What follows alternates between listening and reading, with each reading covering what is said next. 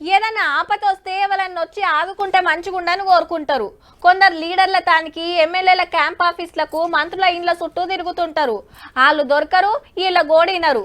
కానీ ఈ నడుమ ప్రతొక్క లీడర్ సోషల్ మీడియాలో చాలా రువ్వడి చూపిస్తున్నారు. అసంటోళ్లకు పబ్లిక్ సుత ఫేస్బుక్లలోనో పిట్టగుట్లలోనో గోసలు చెప్పుకుంటున్నారు. అది చూసి అయ్యో అనిపిస్తే ఎవరితోనన్నా ఇంత పైకం పంపిస్తారు. కానీ గిడ ఏమైందో చూడుర్రి. కారు దిగి 2 చేతులలో గిఫ్టులు పట్టుకొస్తుండు శాంటా క్లాస్ తాత. సీదాకి ఇంటికొచ్చి చెల్లెమ్మలకు చాక్లెట్లు ఇస్తే చిన్న మురిపేం కాదు. గీ 2 సంచులలో ఏమున్నాయో ఇంకో సంచి బెడ్ మీద పెట్టి కుర్చీలో కూర్చున్నాడు.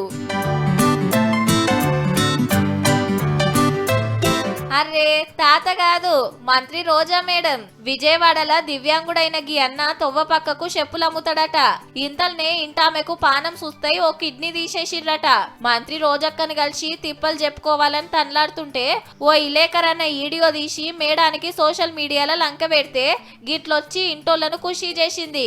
పిల్లలతోని కేక్ కటింగ్ చేపించి క్రిస్మస్ పండుగ ముందే తీసుకుపోయింది ఆ పేదింటికి. అట్లనే 2 లక్షలు సాయం చేసింది. సో ఈ బర్త్డే జగనన్న కోసం ఈ చిన్న బహుమతి. Happy birthday Jagananna. పేద కుటుంబానికి పెద్ద మనసుతోని గింత సాయం చేసినందుకు మేడాన్ని తారీఫ్ చేయాల్సిందే.